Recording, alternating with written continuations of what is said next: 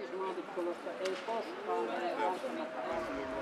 Timo, hei, miten tämä on Pohjois-Karjalan numismaatikkojen 40-vuotisnäyttely, niin mistä tämä näyttely on? Onko tämä teidän omien jäsenten rahoja, mitä täällä on?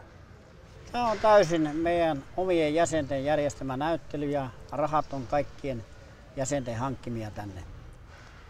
On erittäin laaja näkemys suomalaisesta rahasta, harvinaisuuksista, mitä koskaan ennen ei ole yhtä aikaa ollut näkevillä.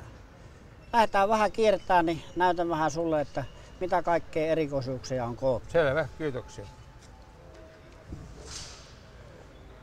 Tässä Ruotsin vallan aikaisia seteliä. Kaikista on yksi tyyppi pantu siihen. Seuraavassa kopeekka- ja rupla-arvoiset, mitkä erittäin harvinaisia. Sitten seuraavassa siirrymme jo markka-aikaan. Meidän markka on alkanut 1860 ja siitä eteenpäin. Mennään tässä taulussa aina Nikolaa toisen aikaa. Seuraavassa taulussa taas alkaa Aleksanterin ajoilta 10 markkasta, 20 markkasta. Kaikki tosi harvinaisia jo, osittain. No, mikä sanotaan tässä taulussa on, mikä tässä on se kaikista arvokkain raha? Tässä taulussa. Tästä ihan suorilla näkyy sen, että mikä se on se arvokkaan taulu, 500 markkaa 1878 ja täällä 100 markkaa 1862. Mikään näistä rahoista ei ole yleinen, 40 markkaa on tosi superharvinaisuuksia. Vain silloin tällöin aina huutokaupassa olevia huutokaupan helmiä. Sitten siirrytään jo Eliel Saarisen aikaan 1922-45 vuoden seteleitä. Esimerkiksi tämä 5-tonninen seteli on äänestetty Suomen kauneimmaksi seteliksi useimpina vuosikymmeninä. Seuraava taulu taas on jo, aletaan mennä 50-lukuun, 60-lukuun, 70-lukuun. Aletaan Suomen rahaa vähän pienentää. Otetaan pari nollaa pois, siirrytään 63 markkaan. Ja sitten meidän viimeiset markat. Tähän meidän markkahistoria sitten loppuu seteleissä. Seuraavassa taulussa on kaikkia erikoisuuksia, setelivirheellisyyksiä. On värivirheitä, on kokonaan painamatta taustoja, on eurovirheellisyyksiä, uupuu hologrammeja, hologrammit poikki, siirtymiä, ei allekirjoituksia, vankileiriseteleitä.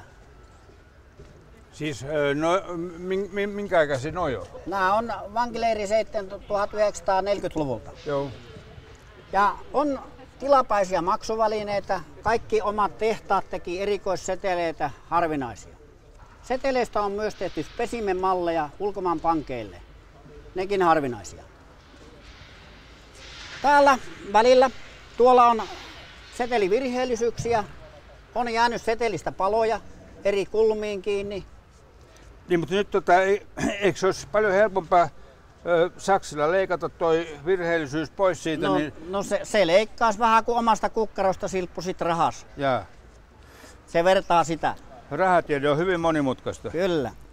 No niin, täällä sitten vitriinissä kuvattu kaikki Suomen kultarahat. Parhain niistä tuolla vitriinissä ja pari plouturahaa, löytöjä Pohjois-Karjalasta. Pohjois-Karjalasta löydetty melkein Suomen eniten tämmöisiä maalöytöjä. Pohjois-Karjala oli tosi suurien kauppateitten varsilla 1600-1700-luvulla.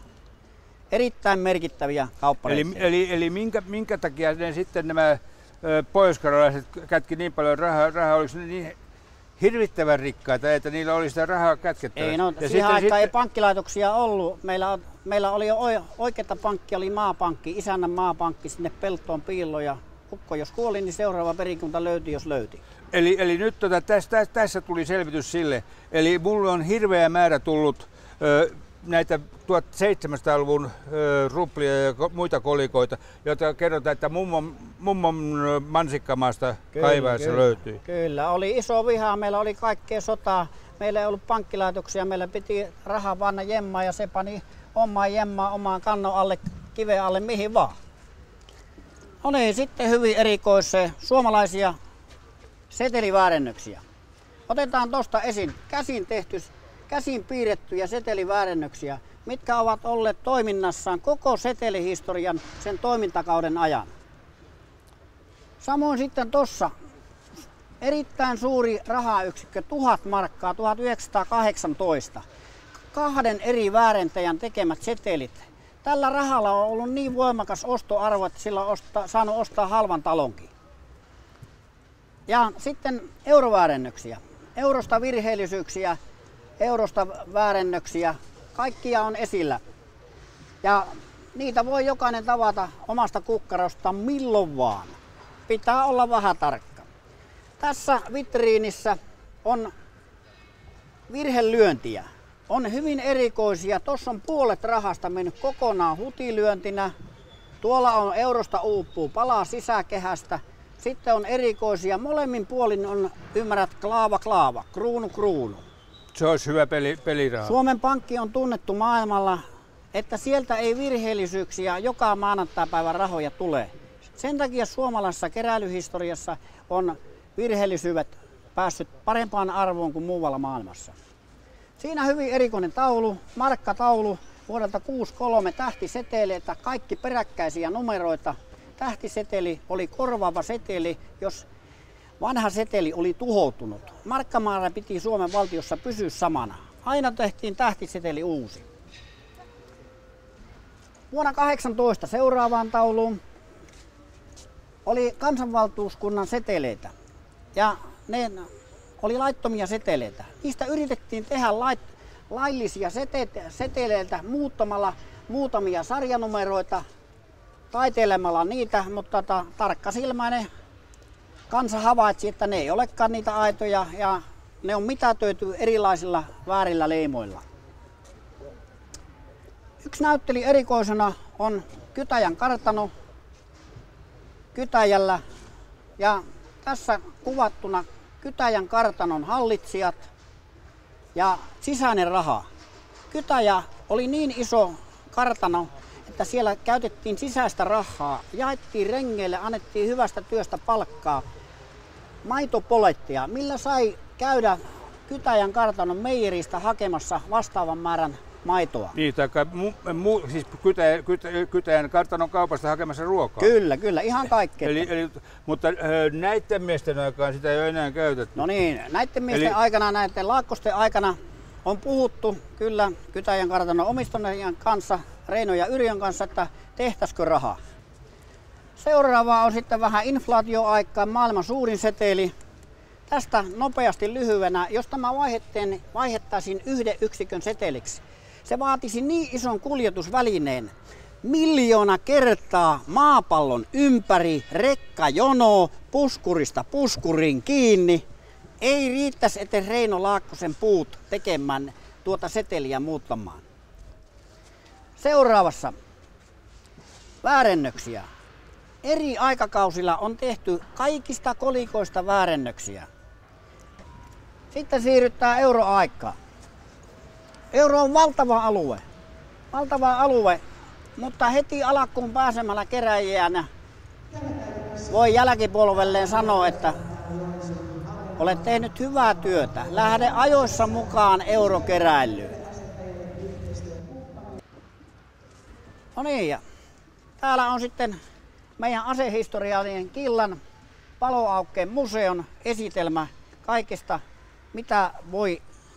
mitä voi niin kuin sota-ajan asuun ynnä muuhun niin kuin liittyä. Ja mikä voi varmaan sitä hyvin lyhkäisesti kertoa toiminnastaan.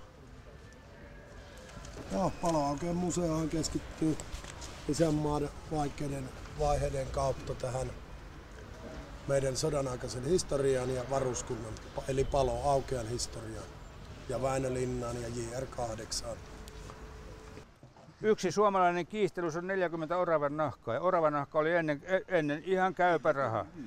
Arvo 40, kiistelys. Tämä ilmeisesti ei pelaa enää missään muualla kuin täällä teidän kerhon sisäisissä asioissa. Kyllä, ja sitten, mutta miten paljon tätä painettiin? Sitä on tehty vain 100 kappaletta, että sen arvo tulee tippumaan missään nimessä. Päinvastoin. Ei, siis se on ne, jotka ovat ostaneet tämän, eli nyt kun messut ovat päättyneet, niin se on taatusti paras sijoitus, mitä ne on tehnyt. Kyllä. Koska tämä on huomenna tai sen jälkeen heti, kun toi 100 kappaletta on myyty, niin seuraavan kerran se maksaa paljon enemmän. Kyllä. Kiitoksia. Terve Timo. Terve.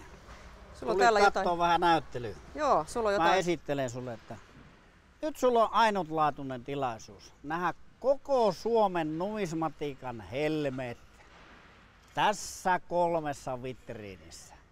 Näitä vitriineitä ei ole koskaan ennen tässä näin hyvässä laajuudessa ollut näytteillä. Esimerkiksi tässä näin on Suomen metallirahoja. Kaikki superharvinaisia. Joka ainoa. Meillä on koerahoja 2-pennisiä, tehty ennen markkahistorian alkuun. Tommonenkin yksikkö 20 penniä, et ole koskaan kuullutkaan. Semmonenkin on meillä ollut, mutta ei koskaan liikenteessä. On harvinaiset 25-penniset, 50-penniset, 5-penniset. Kaikki tämä. Tämäkin vitriini, tämä on 500 000. Herraisesti. Etipä kukkarosta 500 000. Siirrytään vähän eteenpäin. Mitäs sulla täällä on? Tässä vitriinissä koko Suomen harvinaisimmat rahat. Kokeile sitä hivele. 1 000 000 euroa. Tämä kallein vitriini, mitä mä oon kokeillut. Tämä on kallein. Ei koskaan ole historiamme aikana yhtä aikaa näitä rahoja ollut esillä. Sillä puolella on markka. 1870, tommonen käytetyn näköinen kolikko. Tiedätkö mikä? Sillä saat ostaa oma kotitalon ja vielä valita.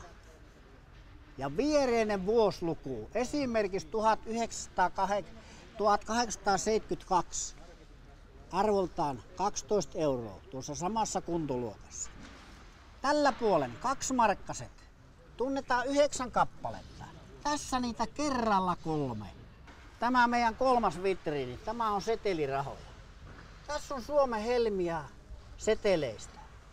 Tämänkin arvo, hivele sitä, 1 000 000. Täällä on niin superharvinaisuuksia, tommonen 3 markkaa, 1866, valkoinen kotka. Tämmöisiä rahoja, näitä ei ole edes moneen vuosikymmeniin esillä, näytteillä, myynnissä. Kaikki nämä on harvinaisia. Tässä Suomen Yhdyspankin setelit, superharvinaisia, Vaasan osakepankin setelit. Suomen markka ei ollut niin vakaa, että isot pankkilaitokset usko tähän vakaaseen arvoon. Ne teki omat setelit. Ja siellä kulmassa päälle painettu 5 tonninen. Tuota ei joka pojan kukkarossa ole näkynyt. Ei sitä paljon ollut liikenteessäkin. Se tehtiin varalta oleva raha. Mä mietin, että luuletko, että tällaisia rahoja voisi saada meidän huutokauppaan, Konseekille? Meillä on 4. päivä joulukuuta huutokauppa. Kyllä varmaan.